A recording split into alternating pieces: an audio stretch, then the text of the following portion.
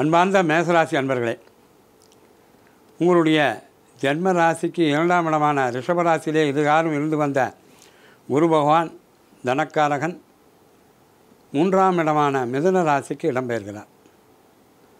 அப்படி இடம்பெயர்கின்ற குரு பகவானுடைய பார்வை சப்தமஸ்தானமான 7ஆம் இடத்திலும், பாக்யஸ்தானமான 9ஆம் இடத்திலும், லாபஸ்தானமான 11ஆம் இடத்திலும் பார்வையிடுகிறார். என்ன பலாபலன்களை இந்த வருடம் உங்களுக்கு கொடுக்க காத்து கொண்டிருக்கிறார். மேசராசி அன்பர்கள் உண்மையிலே மிக சிறப்பான பலன்களை அடைய காத்து கொண்டிருப்பார்கள் என்றே நாம் கூற வேண்டும்.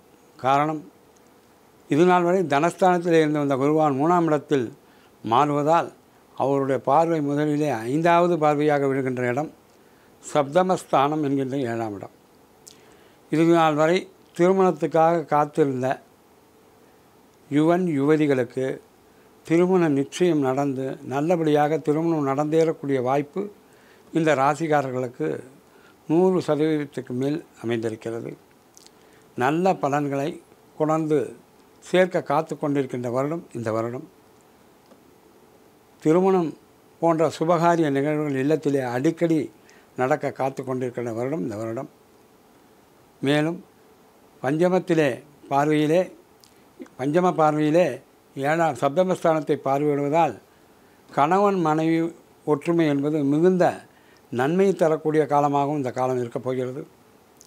பாக்யஸ்தானத்தை பாக்யாதிபதியே பார்வையிடுவதால் பருத்தி புடவையாய் காய்ச்சது போல் இவர்களுடைய வாழ்க்கை மேம்பாடடைய ஒவ்வொரு காரியங்களும் மிக சிறப்பாக எண்ணிய எண்ணங்கள் அனைத்தும் ஈடேறும். அவர்களுடைய அனைத்து அபிலாஷைகளையும் பூர்த்தியாகும். பெற்றோர்களுடைய உடல்நலம் சிறப்பாக பேணப்படும். இவர்களுக்கு எதிர்பாராத தனவரவும் திடீர் அதிர்ஷ்டமும் மிகுந்த நன்மையை கொண்டு சேர்க்கின்ற காலமாக இந்த காலம் இருக்கப் போகிறது. லாபத்திலே இருக்கின்ற கருணாகம் சப்ராஜா ராகு பகவான் இவர்களுக்கு குரு பார்வையுடன் இருப்பதால் மிகுந்த நன்மையை எல்லா வகையிலும் சிறப்பினை கொண்டு சேர்க்கக்கூடியதாக இருக்கிறது. பொருளாதாரம் ஏற்றம் என்பது சிறந்து காணப்படும். உடல்நலம் மிக சிறப்பு. புதிய வண்டி வாகன சேர்க்கை என்பது நல்லபடியாக இவர்களுக்கு அமைந்துவிடும். இவர்களுக்கு அமைகின்ற அனைத்து பிரயாணங்களுமே மிகுந்த நன்மை கொடுக்கப் போவதாக காத்து கொண்டிருக்கின்ற நேரம். என்றாலும் சாலைகளிலே சற்று கவனம் தேவை. சக ஊழியர்களிடத்திலே உத்தியோகஸ்தர்கள் அனுசரிக்க வேண்டும். அவர்களிடத்திலே நல்ல ஒரு அனுசரிப்புடன் பழகுவதால் நீங்கள் பல நன்மைகளை பெற முடியும். திருமண நிச்சயம் ஆகி திருமண நிகழ்வை நோக்கி காத்திருக்கின்ற இளைஞர்களுக்கு நம் வாழ்த்துக்களை தெரிவிக்க வேண்டும்.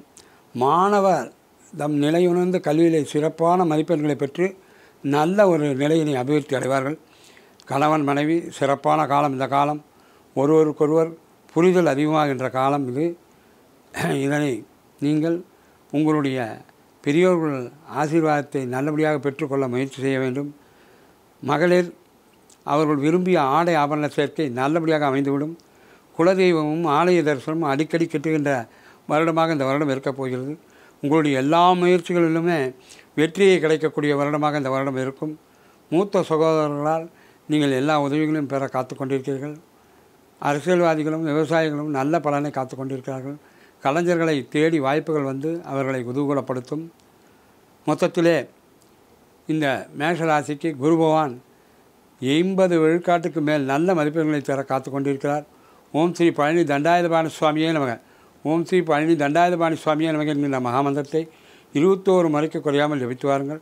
உங்களுக்கும் உங்கள் குடும்பத்தாருக்கு எல்லா நாளும் பெற்றுத்தர வேண்டிய எல்லாம் அல்ல சாய்நாத பகவானை நான் பார்த்து செய்து கொள்கிறேன்.